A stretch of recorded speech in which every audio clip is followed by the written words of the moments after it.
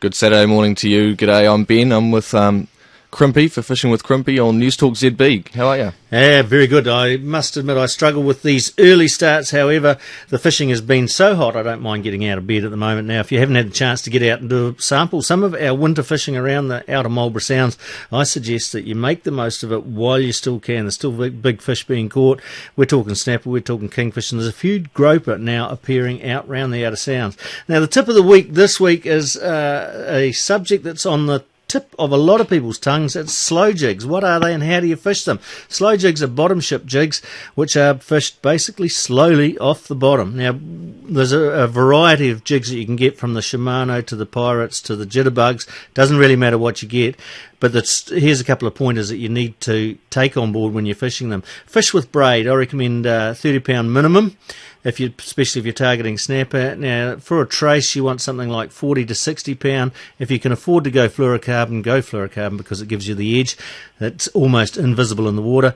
And fish with an overhead reel rather than an egg beater, because we're fishing in deep water over the winter. That's where the snapper are. They're around the 60 to 70 to 80 metre mark. So you want to get down there quickly. An overhead reel with a light tip rod, and only use the heaviest enough jig to get you down quickly. So if you can get away with an 80 gram, go for 80, but if it's a bit of current running, bit of tide, you might have to go up to 120 or even heavier, up to 200 if there's a real tide running. Now, what you're doing is you're drift fishing over soundings of fish. So you find the fish on the sounder, drop the line down. Now, I thumb the spool once I get halfway down, so stop, start, stop, start, stop, start. It gives an erratic motion to the jig in the water. And when I get to the bottom, engage the rig and vary your technique, bring it up. So you can crank and lift. That's it, lift as you crank up, or else you can twitch and lift. What's that? Well, just twitch the rod, twitch, twitch, twitch, lift, lift, lift. Now work the bottom third of the water column, and you can fish up to a 45-degree angle off the boat, and you'll know when you hook up. So if you haven't tried bottom ship jigging, it catches just about any species of fish that's down there. It's a lot of fun, it's lightweight, and it's sensitive. Now, for those people fishing out the Marlborough Sounds, particularly round D'Urville, you might be forgiven for thinking that there's nowhere you can go where you're not crowded by fishermen. Where do you go if you want to sample some of the old-time fishing, the last frontier? Well, one place that pops up from time to time is the Chatham Islands. I don't know much about it, but to find out more about the Chatham Islands, what it has to offer, we talked to Val Croon straight from the Chatham Islands this morning, straight out of bed. Good morning, Val. Hey, Crimpy, how you going? I'm well. How about yourself? Very good, thanks, mate. We're experiencing some good weather over here this winter. Yeah, now winter's your sort of off-season in terms of tourism and fishing, is it? Yes.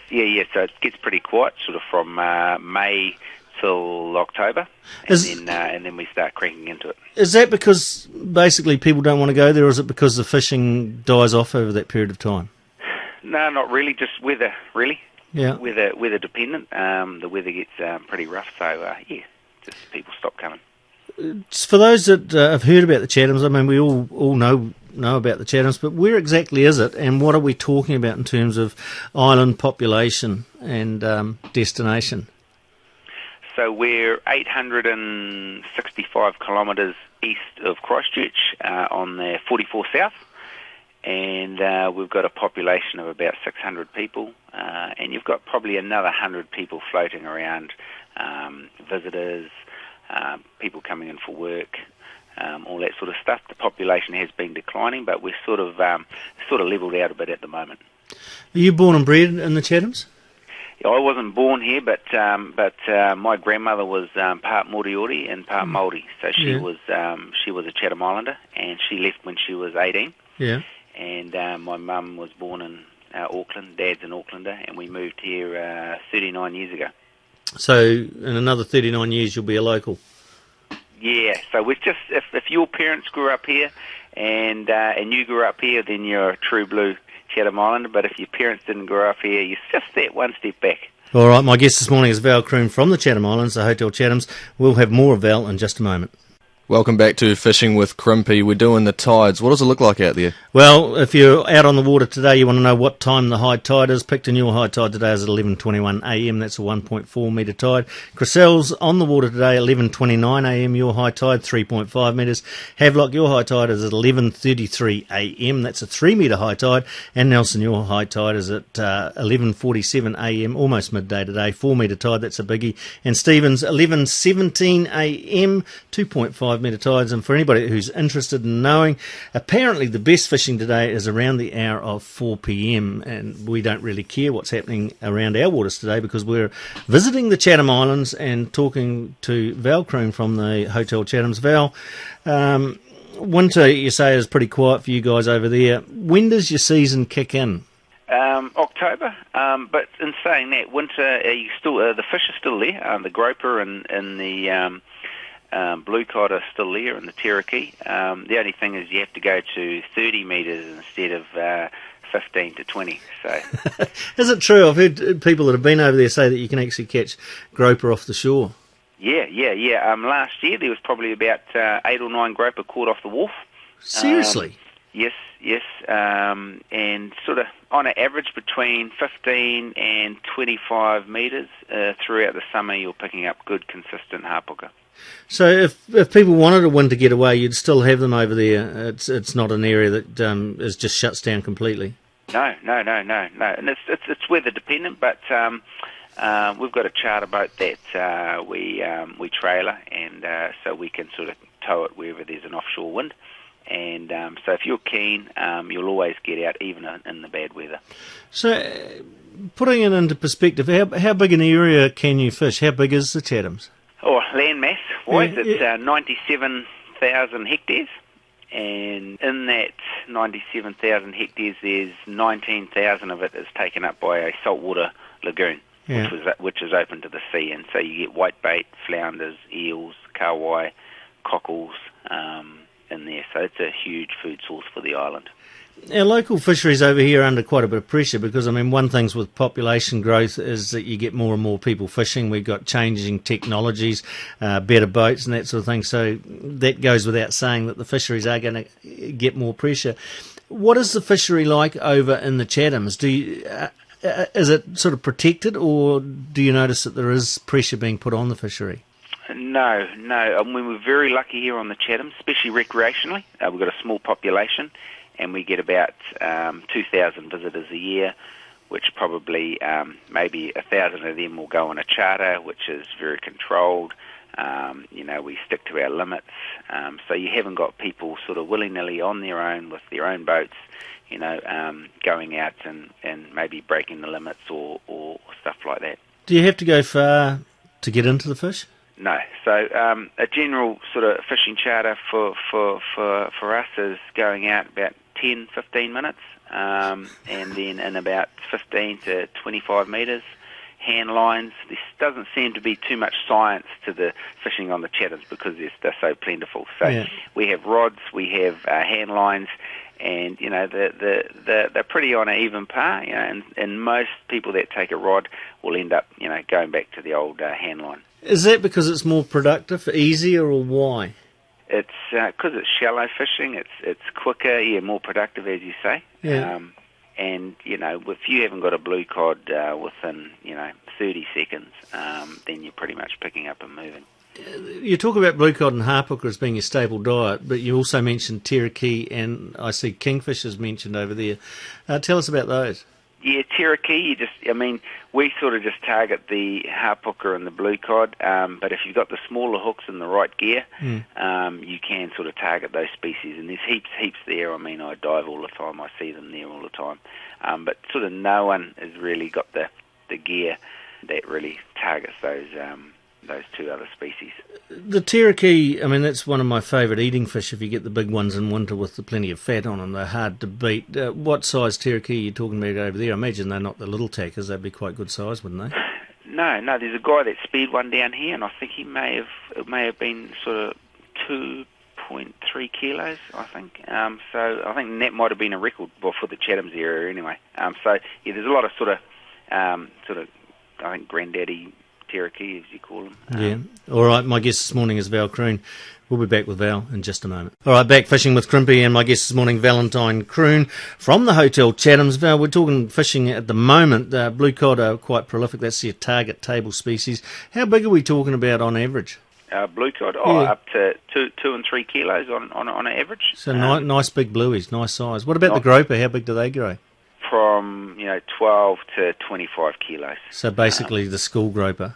School groper, yeah. 25 kilos, that's a big fish, though. That's a good table fish, isn't it? Yeah, okay, fishing, you've got some packages at the moment. It's not only fishing that you cater for. You cater for divers, so some pretty spectacular diving there, and also free divers if they want to go for pawa and crayfish. Tell us about the packages that you're offering at the moment, because it seems a bit too good to be true. Yeah, so right now we've got a good basic package, which is airfares, airport transfers, accommodation for 7 nights, at a self-contained house that sleeps about 8 to 10 people, and rent a car for a week, a 10 or 12-seater, 4-wheel drive, for $1,500. So that's a bare basic price. And then you look after yourself, cook for yourself. And that's $1,500 per person. That's pretty incredible. When you compare it to a week-long charter, say if you're doing Fiordland, you'd be looking at around $2,200 per person just for the charter. So to get to the Chatham Islands, and bear in mind that the airfare is one of the expensive components, isn't it? It's about $874, I think, per person to get there. Yeah, $874. Yeah, so it's not a cheap destination, is it? No. And that's your bare basic. So if you want another charter is $160 per person. Yeah. So that includes one charter, but the Chatham Islands, having said that, you can get to the Gold Coast for $400 or $500, but the Chatham Island is unique, isn't it? Yeah, everyone goes to the Gold Coast if you want something unique, off the beaten track, and you just think of New Zealand, 30 years ago, and that's what the Chathams is, and that's just a good way to sort of explain it. Okay, if people are interested in inquiring more about those package deals that Val is running at the moment, they're $1,500 per person. You need a minimum of 8 people. That includes your accommodation, your airfares, your rental for the week, one fishing trip. Of course, you can book more, and the airport transfers. Now, you can contact Val at the Hotel Chathams, and it's 03 3050 048, or you can check out www.thehotelchatham.co.nz or email hotelchatham@extra.co.nz. Now, we've spoken briefly about, or at length about fishing, but briefly there's hunting available as well on the islands. Yeah, there's the Spanish Merino sheep with the big horns on them. They're on Pitt Island and the Chatham Islands. Yeah. And there's pigs as well. So there's plenty to do. What about the wild cattle? Do people still hunt those? Yeah, there's some wild bulls that need culling. You just talk to one of the locals and they'll take you out for a bit of bull shooting. Yeah, a bit of fun as well. A bit of bull shooting. There's quite a bit of bull shooting goes on in the Chathams, I'd imagine, around a beer at 6 o'clock at night. Yeah. Now, come September, we're only a month away from September. I might squirrel myself away over and come over there. Do you reckon you could put me up for a week? Yeah, not a problem at all, mate. And I'm tell you what, I'm quite tempted to go out after one of those Spanish sheep. Is that a growing side of the tourism over there? Are more and more hunters coming over there? It's slowly taking off. It's a little bit hard to sell to a Kiwi, go and kill a sheep, but it is a good hunt. It's not easy, but Pitt Island is the place to go for that. Are the sheep still quite numerous over there? Yeah, there's probably a couple of thousand of them roaming the countryside over there. So, and are they feral stocks? They're not farmed or managed? Yes. No, all feral. They're considered as feral stock. So. How do the islanders view upon them? Are they considered a resource to the islands, or are they considered sort of like vermin? Bit of both. I mean, they don't want to get rid of them because they know that there's opportunity for hunting, and so they sort of don't want them to get any more prolific, but are quite happy at those sort of numbers right there. All right, you've been listening to Val Croon from Chatham Islands, Hotel Chatham. If you want to find out more about that, check out hotelchatham.co.nz. Val, it's been a pleasure talking to you, and look forward to seeing you in 2 or 3 weeks' time. Yeah, awesome. Thanks a lot. Cheers, bye. You've been listening to Fishing with Crimpy. Kia ora, and see you next week.